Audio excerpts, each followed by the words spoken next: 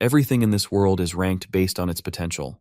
Whether it's people, wealth, jobs, literally everything in this era is ranked, and that rank determines a person's status in society. So it's only natural for this desire-driven and power-hungry species to trample on the weak and climb the ladder.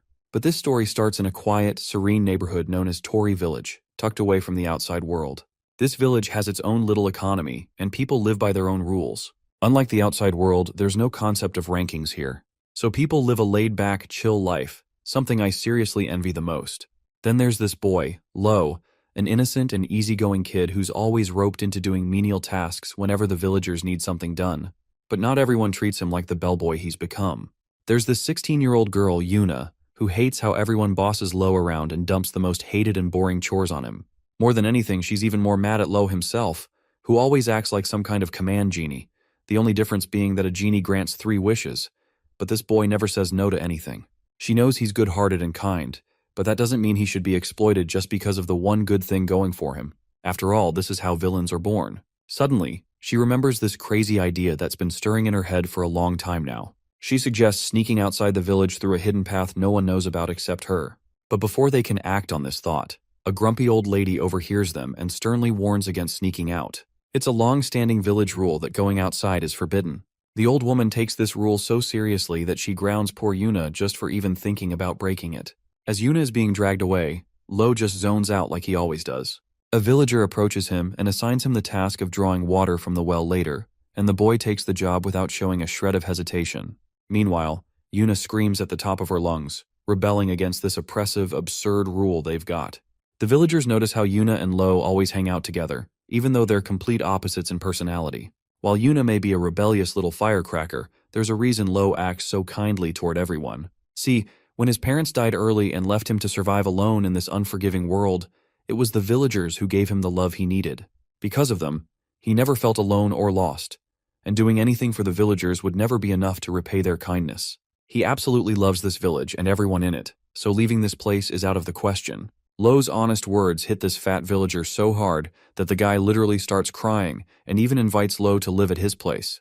But our boy passes on the offer, saying he still has the house his parents left him. Cut to Yuna, who's getting punished just for thinking about leaving. She's literally locked inside a cage so cramped that even an animal would suffocate. She doesn't understand why thinking about leaving this tiny village is such a huge offense. Not to mention, merchants visit all the time, so she can't figure out why the villagers aren't allowed to leave. She wants to see the wide world out there, a much bigger place waiting to be explored. Being cooped up here all the time just doesn't make sense. Grandma reveals the reason they can't leave. The villagers are shunned and resented. Out of curiosity, Yuna wants to know who hates them, but Grandma gets mysterious and refuses to explain. She only promises that one day everything will be fixed. Cut back to Lo, who's finally done with his latest task.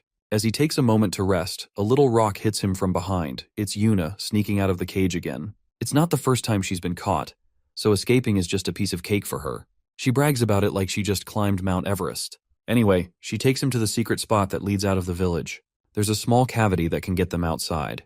Lo feels unsure about sneaking out, especially since he doesn't want to upset Grandma any more than he already has. But Yuna convinces him, promising it'll be just a quick trip and they'll be back in no time. Eventually, the shy boy follows her out. As they walk through thick woods, they finally reach the edge of a cliff, and the view makes Lo forget to breathe for a moment. He can only stare in awe at the sheer magnificence and vastness of what's in front of them, while Yuna jumps for joy, doing her happy dance. Soon, Lo's amazed expression turns into a big smile, and Yuna feels really happy to see him so upbeat. Then she pulls out a book with the rules of the outside world, which she secretly got from a merchant. According to the book, the outside world has a system called ranking. Adventurers, couriers, doctors, musicians, people in every field are ranked based on their aptitude. There are all kinds of rankings, and the people who assign them are known as rankers. Even weapons, food, strength, and wealth have rankings. Basically, everything in this world is ranked, which triggers a lust for higher ranks inside human minds, making them compete to get ahead of others. Lo is pretty astonished that the outside world is also governed by rules. But Yuna believes the outside world's rules are way better and way ahead of their time. They even sound way more fun. She wants to become a ranked adventurer herself. It's her dream to travel and compete with rivals all over the world. She wants to climb the ranks higher and higher to earn the recognition and respect she deserves for her talents. Lo tries to burst her excitement bubble by reminding her that they're not allowed to leave the village. But the girl doesn't care about anyone's opinion, as she's already decided she's going. She invites him and insists he tags along on the great adventure she's about to pursue. She thinks it would be the perfect chance for him to escape this prison and spread his wings. She vividly remembers the day he saved her from that huge bird when they were just 5 years old. Looks like Lo doesn't remember any of that. But after seeing how bravely he fought to save her life, she knew from that moment Lo was born for greatness. She admits he zones out a lot, but if he just tried to ignite the fire inside him, she's sure he could burn brighter than anyone else. She wants to see him shine brighter than the stars, and the only way is if he grabs her hand and is ready to explore the world outside. Lo thinks for a moment before politely turning down her invitation. He's just too attached to this village and not ready to leave his comfort zone. The girl, of course, gets mad and starts bonking him on the head with the rule book she's holding. As she walks back to the village for now, she makes it clear she'll leave this place one day, so he can stay and rot here for all she cares. Lo stays sitting on the edge of the cliff, thinking about her decision to leave. Dawn is breaking, so he decides to head back before it gets dark. He stands up, and just as he's about to walk away, he notices a giant floating island in the sky. That massive thing is hovering right over his village. The next moment, the island unleashes a blinding beam of energy. So bright Lo has to cover his eyes and plant his feet firmly so he doesn't get pushed back. Once it's over, he opens his eyes and the island is gone. He's stunned and runs like crazy to check on the village, trying to convince himself everything will be fine. But reality couldn't be farther from that hope. The entire village has vanished without a trace, like it never existed. Only a giant crater remains in the ground. He slides down into the crater, calling out the names of the people he once cherished. But there's no response. Images of sweet Yuna flash before his eyes, along with all the warm-hearted villagers who made him feel at home. They lived like one big family, and the thought of his family disappearing into thin air breaks him completely. As he's crying for his loved ones, a man appears, beating himself up for being late and letting this catastrophe take place. When he sees Lo in the crater, he slides down and asks if he's a survivor from Tori Village. Lo nods, and the man looks even more sorrowful. All he can do is feel sorry for the loss this boy will have to bear, but he assures the kid that the floating island is gone now, so the threat is neutralized. It seems this man knows exactly what happened to Tori Village, so Lo demands answers. He wants to know everything: where the villagers went, what happened to the village, and what that thing in the sky was. The tense man tells him to forget the village because it's pointless to throw a pity party over spilled milk. He then shows the boy a slip with coordinates to a safer place where a kid like him can live without worrying. But Lo keeps pushing for answers. This only makes the mysterious man more agitated, and he yells at Lo to understand how serious this is. Before leaving, he tells the boy to move on from his loss, as dwelling on the past won't bring anything back. Inside, the man looks terrified. He doesn't want Lo digging into what just happened because it'll only bring death. Lo, on the other hand, is overwhelmed with emotion. As tears stream down his cheeks, he recalls Yuna's encouraging words. She believed he was destined for greatness if he just put his heart into it. Amid this emotional storm, Lo starts to radiate a mysterious aura, causing the man to stumble and look back, only to see a determined boy dead set on finding that floating island and bringing back the people he loves most. When Lo was just a kid, his parents died in a deadly landslide that destroyed their home. He was left alone with no spark to keep him going. But the villagers filled the void in his heart and gave him a reason to live. Yuna was always by his side. They were all good people who couldn't ignore anyone in pain. So if this man tells Lo to forget the village and move on, that's not happening. At least not without Lo giving his all to bring his loved ones back. Seriously, bro's got Deku's DNA. Now let's see things from this man's perspective. He's absolutely terrified seeing the huge amount of prana surrounding Lo. To emphasize its power, the space around them distorts. Prana is the mental energy of living beings. It's a power anyone can have, but few are aware of it. Talented individuals can use it intentionally at will. Usually it's colorless and invisible, but those with strong prana can make it visible. Some races are even said to have special prana. By now, the man is sure this kid has become an unstoppable force. Since he can't keep Lo away from danger, he changes his approach. He throws a sword into the ground and tells Lo to pick it up and fight him if he really wants to find that island. This is basically a test for our boy to prove his potential. If he has what it takes to be a ranker, the man promises to take him under his wing and teach him everything. Once Lo picks up the sword, the man draws another sword and challenges him to a sparring match. Both contestants are already exuding this nerve-wracking vibrant force known as prana. This wannabe Deku lunges forward and kicks off the duel by delivering the first strike, which the man blocks without breaking a sweat.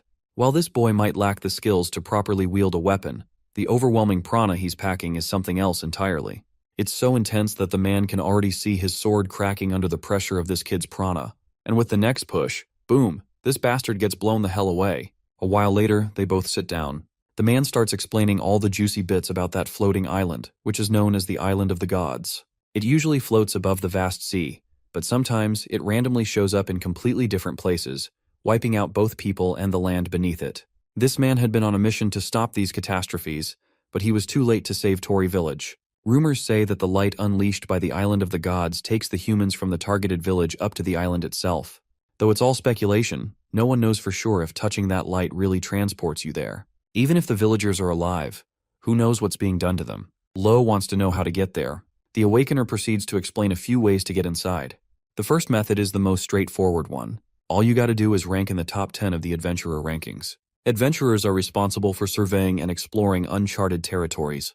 The top rankers are total monsters. So if he can break into the top 10, he'll get a shot at reaching the Island of the Gods. The Island of the Gods has consistently held the #1 spot for danger. Almost no adventurer has ever returned alive.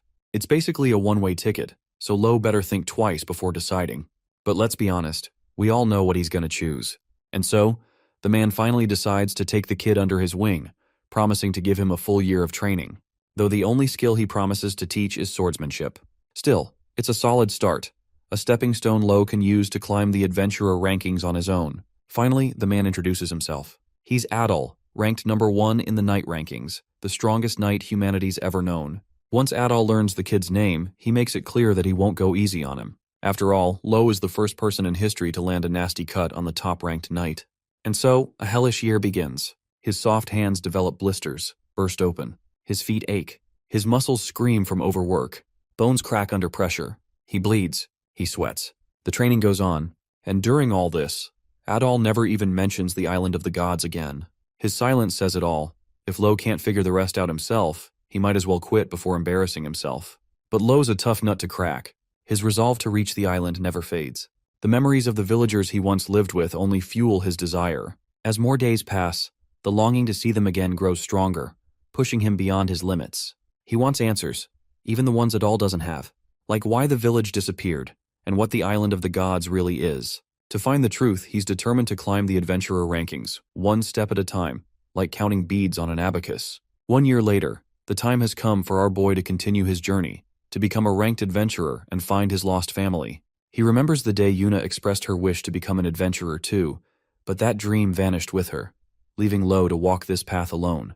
Now, as the disciple of humanity's strongest knight, his adventure to the Island of the Gods begins. A zoomed-out shot of our boy shows just how much he's grown in a year. In the kingdom of Valter lies the capital city, Trakista, and in that city stands a branch of the Appraisal Bureau. In one of the rooms we find a girl sleeping at her desk. Someone in the background is calling her name, and the faint voice finally reaches her ears, waking her up with a jolt. Turns out this girl is an appraiser, name's Luke. Her black-haired colleague is kinda annoyed she stayed up all night checking rankings again. Being an appraiser, she reminds her to better take care of her mental and physical health. After all, she's in charge of determining people's rankings, and one mistake could ruin someone's future. Here's a little about appraisers. They're dispatched all over the world to assess rankers' skills and update the rankings accordingly. Appraisers must have extensive experience and uphold fair judgment. And to be capable of judging others' merit and rank, appraisers must first pass several intense evaluations themselves. It's one of the strictest jobs in the world, entrusted only to the best of the best. Luke may be an official appraiser, but she's still considered bottom tier in her field. Naturally, she works her ass off to climb the ranks. That's why she pulls all-nighters trying to outdo her peers. For an appraiser, the fastest way to get promoted is to become the exclusive appraiser for a high-level ranker. But so far, she hasn't found the right candidate. Her colleague points out that she's just expecting too much. But the passionate girl shoots back. Rankers these days are just lame. Back in the day, the ranking competition was way more intense. Now most top ranks haven't changed in years. It makes their jobs as appraisers feel pointless. After all, the value of rankings lies in how often they get updated. Her colleague can tell that Luke is a total nerd for this stuff.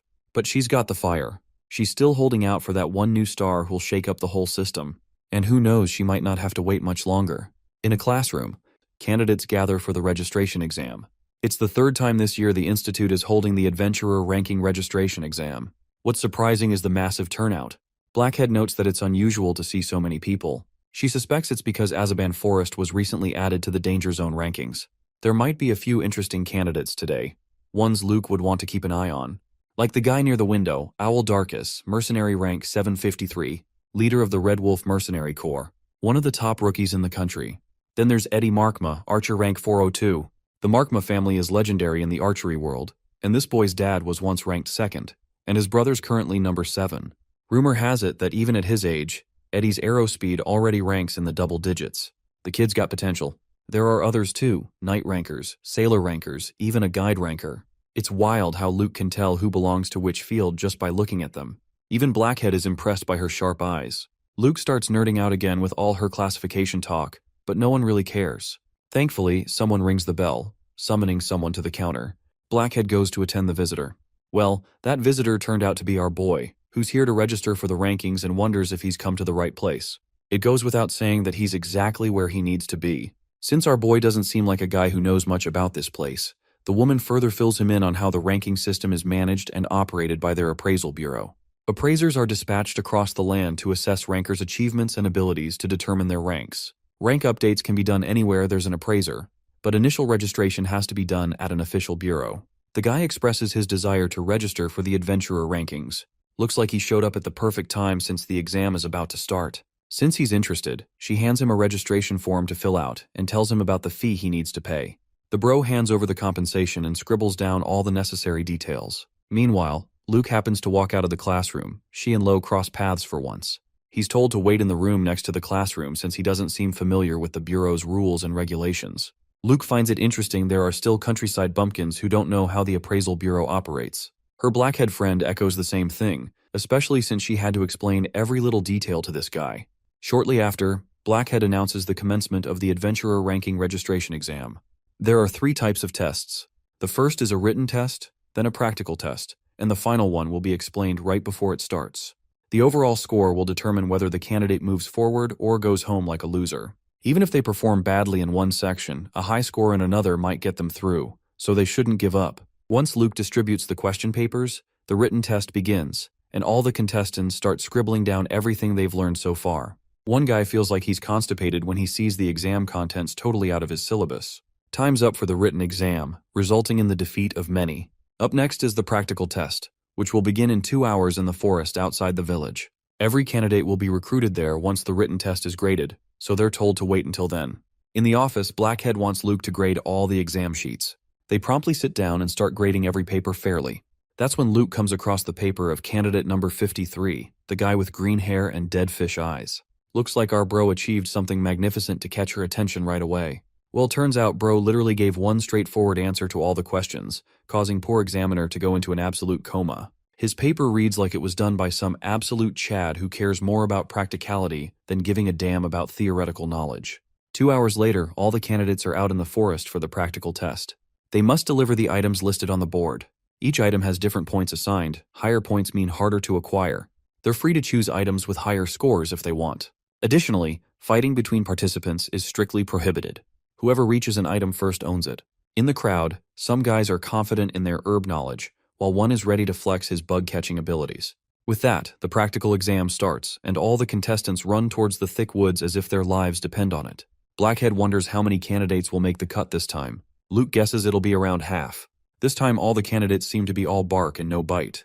The only thing going on is their shallow confidence. For this very reason, none have caught her eye either. Suddenly, one of the top candidates, Owl Darkus, shows up with a few gemstones he was supposed to collect, earning him a solid 120 points. He's the first to clear his task, and since there's plenty of time left before the exam is over, Blackhead suggests he take another trip to earn extra points. While he passed by fulfilling the minimum criteria, he can still rack up more points. The higher the points in each test can guarantee the higher the starting rank after registration. Seems like the guy isn't much concerned about ranking, as long as he makes the cut. After all, his job as a mercenary doesn't require a high rank to kill people. Then comes the second candidate, Eddie Markma, who thought he'd be the first to clear, but reality hits differently. He gathered a tail feather from a floke bird, earning 180 points. The points are so high that even the examiner starts questioning if he actually was able to catch these birds notorious for their speed. But Eddie begins bragging how his family literally feasts upon these birds. Owl can tell that this shorty is just bragging at this point. The little one makes it clear that he has all the rights to brag. These birds fly over 500 kilometers per hour, so fast the human eye can't even see them. The tall guy fires back with a sharper jab, trying to look down on the little one. The exchange heats up, and it almost turns into a full-blown competition. The two girls note that rankers usually have a lot of pride, and that's what makes them rankers. But the tension breaks when our guy drags a plus-size bear with him and throws it right in front of the examiners. Turns out, he doesn't know how to extract the red grizzly's gallbladder, so he had to bring the whole thing. He wonders if he'll still qualify if he submits it as is. Blackhead wastes no time acknowledging our boy's loot, granting him 300 points for the red grizzly gallbladder he was supposed to fetch. Two guys watching from the background are awestruck to see this dude casually solo a red grizzly and make it look easy. Meanwhile, Luke finds it fascinating he recognized the bear as a red grizzly, even though his written exam was a wildlife disaster. Lo simply claims to have seen plenty of these bears near his village, so he already knew what they looked like. Before she can ask about his village, she catches the two guys murmuring among themselves. They witnessed the unparalleled strength our boy showed. Though an eyewitness, neither could claim they actually saw it happen, because bro drew his sword so fast they couldn't even catch a silhouette. Before they knew it, the bear was down for the count. Seems like Lo is starting to catch Luke's interest. 1 hour later, in the underground training facility, Blackhead drills all the candidates with a hard lesson. Every adventurer is warned to be wary of two things: beasts and humans.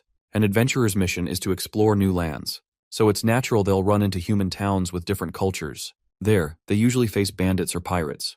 The only thing they need to overcome such encounters is sheer strength. So the final test is a mock battle where everyone competes against each other to prove their worth. That short guy finally understands why the final test was kept secret until now. If they knew about it earlier, candidates would have started eliminating each other during the practical test.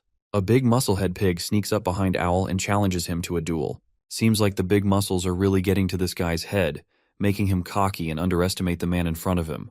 The bastard is so brain-dead he dares to throw a punch purely out of confidence.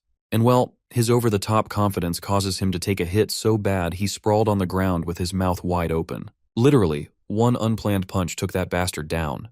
Blackhead Examiner is absolutely fascinated to see such a great potential candidate right in front of her. She's even glad to ignore the fact that the musclehead got knocked out before the match started. A few guys come and haul that trash out of the examination hall. Meanwhile, Blackhead is curiously wondering who'll be bold enough to spar with this monster of a man. Looks like Luke already has someone in mind for that match.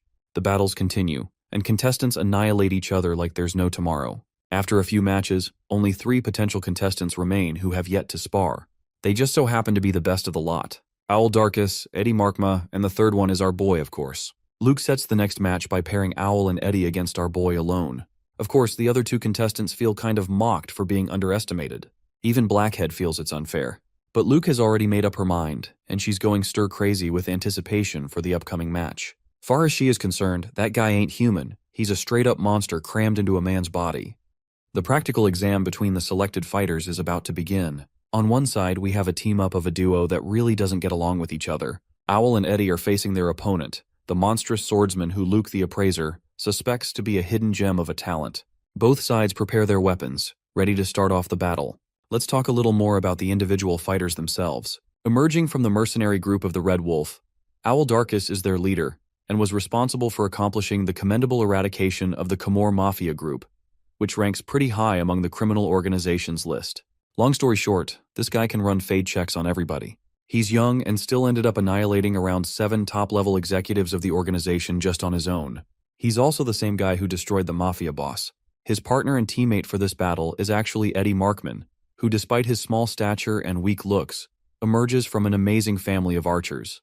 The Markman family is nothing to scoff at, and Eddie isn't just your average runt who was spoiled by his family. The kid received exceptional training from his very own father, who once held the title of being the second best archer in history.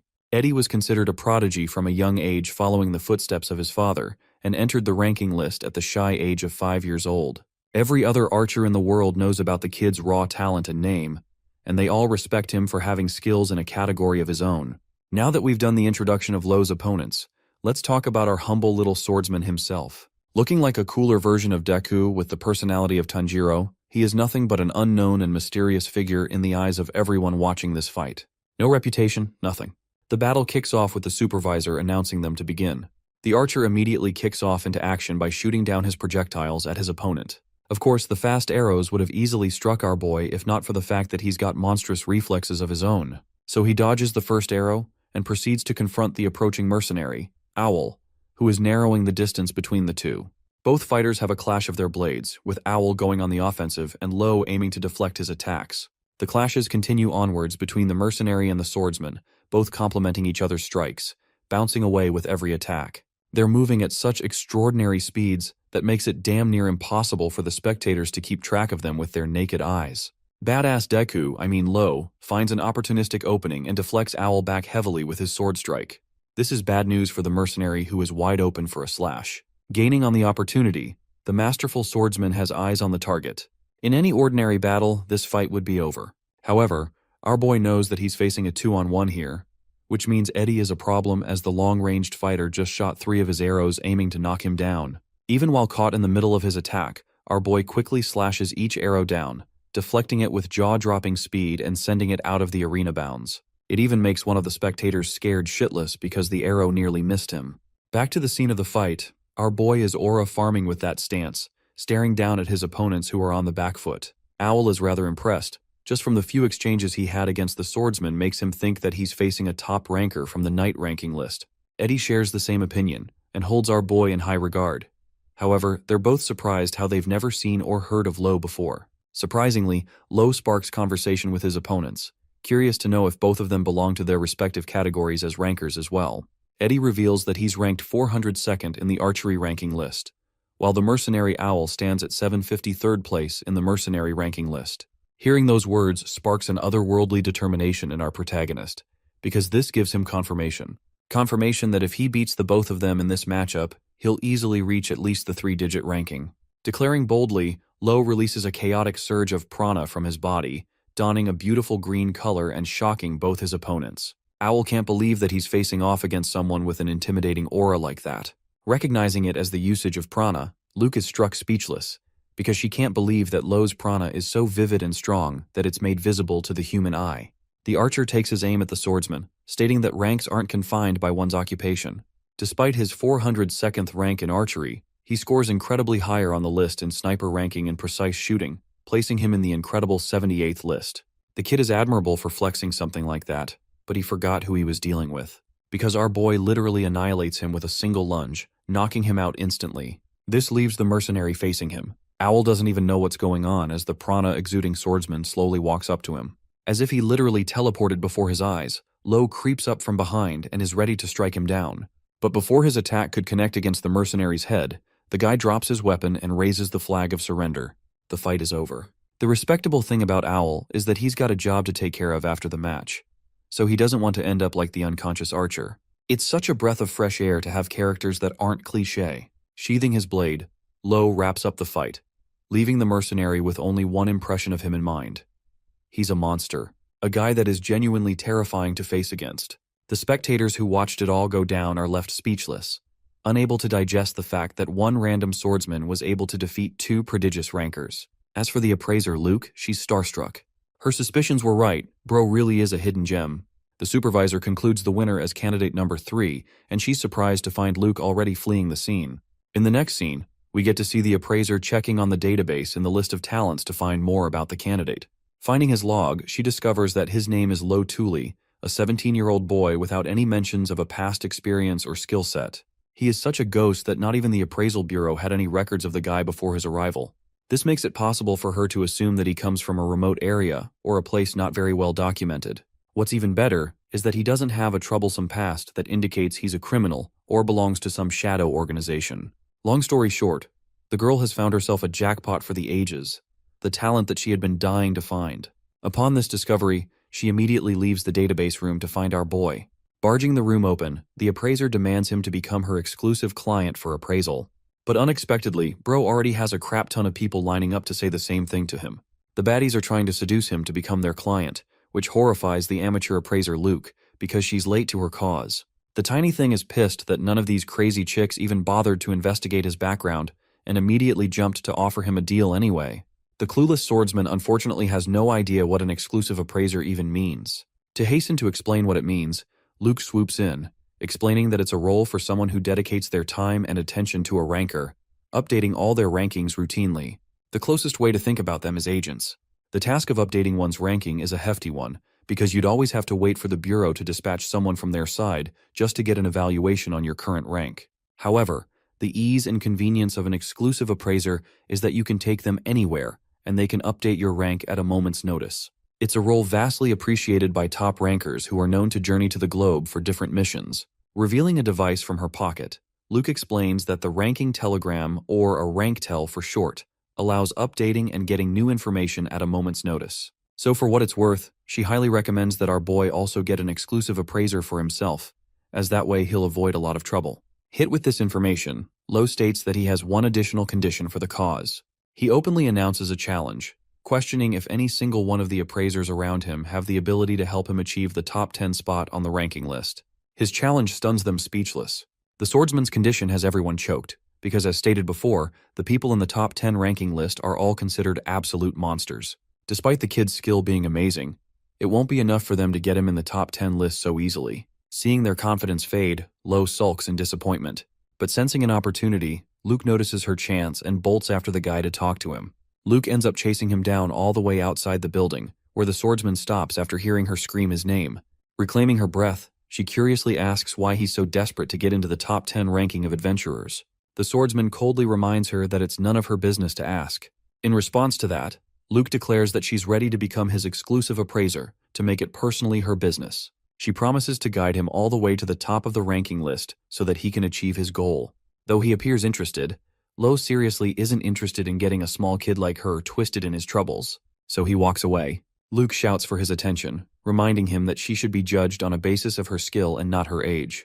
Despite her words, the swordsman emphasizes that he's not in the mood to hire anyone at all, so whether or not she is a kid doesn't seem to affect him. All he cares about is fulfilling his goal without tangling with other people. Realizing that this guy isn't budging, she changes up her approach and declares that she also has a goal to achieve. A goal that she is ready to give everything to achieve. A mission that matters the most to her. And in order to accomplish that goal, she wants to team up with him. Lo turns back, appearing more interested that she's doing it for own ambitions as well. He gives the girl a good look and sees a part of himself in her. The same part that erupted in rage and determination 1 year ago. Lo tells her they share a similar destination then, a goal that they must both accomplish. It's the birth of a new relationship between the two.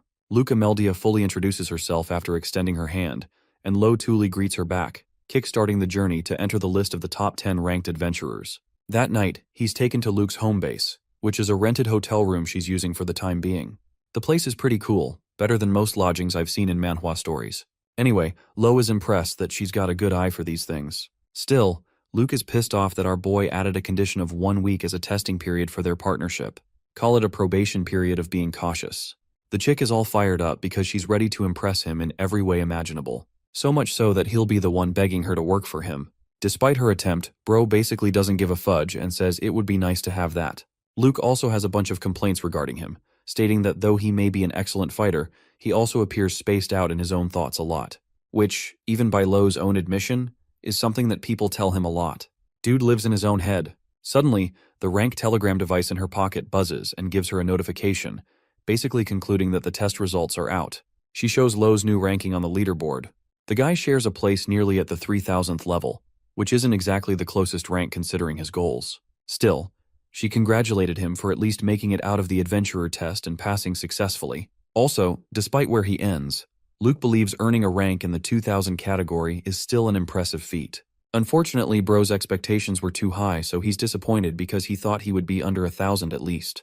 The appraiser is shocked to hear his expectations. Lo bases his logic off the fact that he defeated 2 well-known people who were under 1000 in ranking, so it should at least qualify him. To that, the appraiser expresses that the adventurer ranking itself is inflated with so many people that the competitive environment makes it tough to get a spot at the beginning. You could be crazy strong and you'd still end up with an unfair ranking at the start. The interesting element of ranking is actually the subcategories of every adventurer. For example, in our boy's case, he has a secondary category of sword speed, and that ranks him at rank 58th, which is super impressive comparatively. It doesn't faze him by much, but the appraiser emphasizes that this number showcases just how talented a person truly is. He's a walking gem of a talent for his sword speed alone. The same goes for the 2 people who he faced as his opponents. Owl and Eddie also have subcategories when it comes to their rankings. For example, Owl shares swordsman ranking, a special cleaning ranking, informant ranking, and finally reliable leader ranking. All of them place him in different places. Eddie is no different, with a sniper, reconnaissance, and mushroom cultivation ranking funnily enough. People are allowed to join multiple rankings, allowing them more access to work as well. So in that regard, she wants the same for him, helping Lo get more work. However, the swordsman argues that he shares no interest in doing work for now. Of course, it's a predictable answer coming from someone like him, so Luke is unfazed. She reinstates her goal, which is to help catapult him to the top of the ranking board no matter what. Also, she knows that his ultimate goal is to get to the island of the gods, something she pieced together out on her own. The swordsman is rather surprised that she's able to figure that out. The appraiser tells him that it's the only true reward of getting into that rank category, but she wants to know the reason why he desperately wants that goal after the probation period ends. Lo agrees to tell her after the end of the week. She's happy to hear his answer and vows to reveal her side of the story too by that time. The agreement is mutual for the two of them. Luke argues that she's not the private type, but it's just the fact that her situation is a bit more complicated and could pose a risk to her. She does give him a hint. She is aiming to achieve the darkness of the rankings, a fact she expresses with a gloomy and serious expression, and a fact that she quickly brushes off shortly afterwards. Changing the topic, she asks about the source of his strength, especially his swordsmanship ability. Lo reveals a bombshell of information. He's the disciple of the knight known as Adol, and he trained under him for a year. The fact blows her the heck away, because Adol is literally considered the #1 rank in the knight ranking board in the entire world. No one comes closest to the guy. Lo emphasizes that he was still only his disciple for 1 year's time, but to the appraiser, she thinks that it's still exciting news. She even shows a portrait of the guy, who is famous all over the world for his philosophy of never having a personal student. Aspiring knights asked for his guidance and he rejected them every time. So he's famous for that category too. Many people believe that Adol desperately waited for a chance to pass on his skill to the next generation's ranked knight. And because of this fact alone, many knights train every day in order to impress him someday. Luke is stunned that even after all of that, Lo ended up being a disciple of that very man. If the people heard about this news, they would go crazy. The thing about Lo is that he never really thought of having such a high impression of his teacher. The strongest knight of humanity is considered the world's strongest, and yet the kid remembers slashing him with his blade. The revelation of slashing the great Adol terrifies her. It makes her wonder the kind of person he really is, because he always appears spaced out and uninterested, and yet at the same time he's a brilliant talent. Searching her information throughout the database, she finds it hilarious how his surname, Thule, is actually unregistered all across. It makes her wonder if he's using a fake surname by chance. The question makes him drift off to the talk he shared with the #1 knight.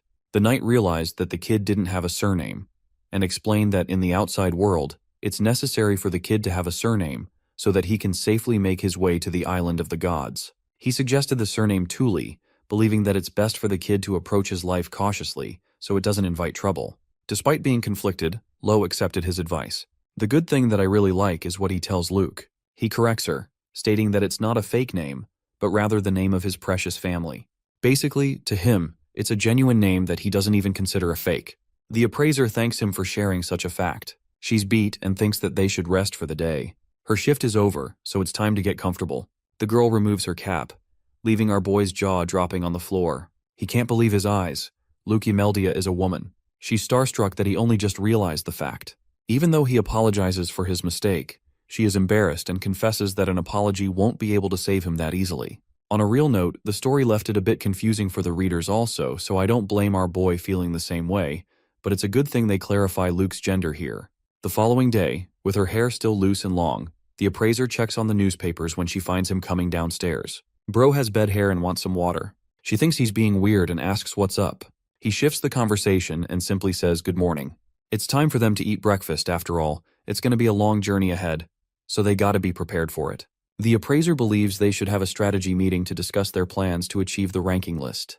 The scene fast forwards to a restaurant, where Luke is munching on a sandwich and talking about how every adventure requires achievements to increase their rank. For example, land exploration is one of them, the easiest and most commonly used. However, she personally recommends taking the route of requests for now, reasoning how many customers or people require the help of an adventurer to conduct an investigation or a gathering job. As a beginner, it's the perfect hands-on job opportunity for Lo to try. The swordsman will get rewards and see an easy path ahead. Requests can be of all kinds and are generally received by either the Bureau or the Guild Union depending on one's country. Since she's her personal agent, she can handle all of that big brain stuff for him thanks to the ranking telegram. Recalling its name as the Ranktel, Lo finds some utility in the device. She expresses that if she does become his exclusive appraiser, she can help him out on the daily like this. Searching her device, they wonder if there are any immediate quests that he can immediately take on and execute for a rank increase. For that, Luke recommends him to challenge high-difficulty requests, and for these requests, one can generally calculate how the completion of a quest will affect one's ranking points. Observing the quest board option in the device, our boy literally goes for a request with a difficulty rating of 6 stars. Checking on it, she learns that the Danger Zone 7th quest has the goal of finding a hidden treasure underneath a water temple. Just from the description of it, the job looks freaking impossible to do, and unbelievably inconvenient. The appraiser thinks that it would be stupid for him to approach something like this. And that's her advice as an exclusive appraiser who knows her stuff. She believes that taking on this kind of request could pose a danger to his life, before he can even get something substantial going for himself. However, the determined swordsman wants the chance to try it out. After all, the Island of the Golds is placed in the ranking of the first danger category. He'll have to get used to a danger of this level, so he doesn't want to back down now. Seeing his naive confidence and determination, Luke is a little bit worried about his stubbornness. She's trying to do her best to deviate from the conversation somehow. Interrupting them in the middle of the conversation, a fashionable man comes around to ask if the two of them are having any trouble. Luke is startled to see the Mr. Laud himself here. Our boy has no idea who this random guy is, so he asks for information on him. She properly introduces him as Laud Broward, an extremely powerful adventurer classed as rank 11th on the board. Just hearing about his ranking alone pulls Lo back to the words of his teacher, who once dubbed the top rankers as literal monsters. The guy before him just so happens to be one of those monsters, freakishly strong in the body of a human. A top-ranking adventurer, and just by increasing one more rank, he'll have the privilege of challenging the Island of the Gods. The appraiser is really glad to find Laud here because she's got a personal favor to ask. The request is simple. She wants this dude to beat up our boy so bad that he gets a good reality check. Shortly after that request, the three of them find each other in an arena. The swordsman faces off against Laud, who is surprised that our boy had titanium balls to pull up to their match. So much so that the top ranker had to borrow a fake weapon just for the cause. Lo introduces himself by name, and his attempt at formal speech amuses the established men, who allows the kid a chance to speak comfortably without any restraints, as manners aren't a thing of high rankers. Aside from that, Laud holds Luke in high regard, arguing that she's so reliable that he had her work for him before. The appraiser's knowledge is nothing to scoff at for her age, and she has an amazing eye for creating an accurate report of a rank, possessing a rare passion for the job that not many appraisers have. That's why he even accepted the favor in the first place. The point of the favor is to teach the swordsman a lesson on humility, which signals to Laud that Luke genuinely cares enough for Lo to ask such a thing. By the way, this guy isn't a weakling, and even our boy can see that with just one glance. His power is practically radiating from his body, and his spear doesn't leave any openings. Before the fight begins, Luke shouts his name, announcing that it's the best chance for him to learn what the real world is truly about, a lesson in life. Instead of taking it as an offense, the boy remembers the day he lost everything, and that memory ignites his evergreen surge of aura. The battle between two adventurers of completely opposing rankings begins. Our boy is the first to strike. His blade is blocked by the spearman, causing Lo to unleash a second blow. His slash is deep, but it is avoided by Laud, who steps to the side, carefully noting down the kid's slightest of movements. He notices how the swordsman imbued his prana into his blade to utilize it with every slash. At the same time, Lo is using a second strategy, bumping up his agility by enforcing prana into his limbs. Getting a good feel of his swordsmanship, Laud reflects that his skill is surely strange, but also distinct. It's a style of secret swordsmanship that is taught to only one person, and that person is none other than the greatest knight. And yet, the fact that Lo uses the same style boggles the spearman. While he's lost in his thoughts, our boy dashes away and teleports from behind, stating that his opponent is leaving himself wide open because of his thoughts. However, even after having his reflection, Laud easily blocks Lo's strike without even looking at him, sharply replying that he isn't even worried about the battle. Meanwhile, our boy finds himself more on the edge with every clash. He's struggling to get at least one attack in, but his opponent is so relaxed that he isn't even using his other arm at times. Laud does admit in his analysis that the kid has more prana than him, and its glow is unlike anything else. Gaining some distance after a series of clashes, Lo wonders why they stopped. His opponent questions the kind of tribe he grew up with, which throws the kid off. Laud emphasizes that feigning ignorance won't work in this case. After all, the shimmer in his usage of prana is distinct and can't be obtained by just training alone. Realizing that the conversation is useless, he decides it's time to go on the offensive and find answers for himself. Plunging his spear into the ground, Laud wonders if his opponent can also use some of his arts. The mention of arts baffles Lo, as he probably never even heard of something like that before. Chanting a prayer-like incantation, the golden warrior ignites himself with a gleaming shine. As his prayer continues, weapons of gold start manifesting into sharp projectiles. The ability resembles Gilgamesh's Gate of Babylon, which is really freaking cool to see. Lord Broward has invoked the arts of his tribe, and he's of the opinion that someone like Lo should also be able to use something like this, because if he can't, the outcome is clear. He will die. Seeing his opponent invoking such an incredible technique, the swordsman is left baffled. Lod then unleashes the barrage of projectiles hurled against him. Lo is clearly in a troubled state here, but that doesn't stop our boy from slashing most of the projectiles down. However, a few of them still manage to graze by him, so he's not completely unharmed. Even Lod reminds him that an ordinary blade will find it difficult to block a technique of such a caliber. With a snap of his fingers, he unleashes dozens of more projectiles. Round 2 of the same treatment, and this time, our boy finds himself in even deeper trouble withstanding the weight of the attacks. By the end of that wave, the swordsman is in a pinch and recalls a sequence of training he learned from his master. His master emphasized how the boy possessed an unusual amount of prana in his body. However, it could serve as a greater benefit down the line, allowing him to gain access to special techniques. At the time, the kid had no idea of what a technique even meant. So his master demonstrated by showcasing the simplest sword technique. Mimicking his master's exact stance, Lo invokes a current of prana inside his weapon and body. Mustering an incredibly fast sword swing, the boy releases an attack called the Gale Slash, which is basically a sharp cut acting like a projectile. It actually reminds me of Virgil's attack from Devil May Cry 5. Even Lod is impressed by the speed of the technique and whips his spear quickly to block it.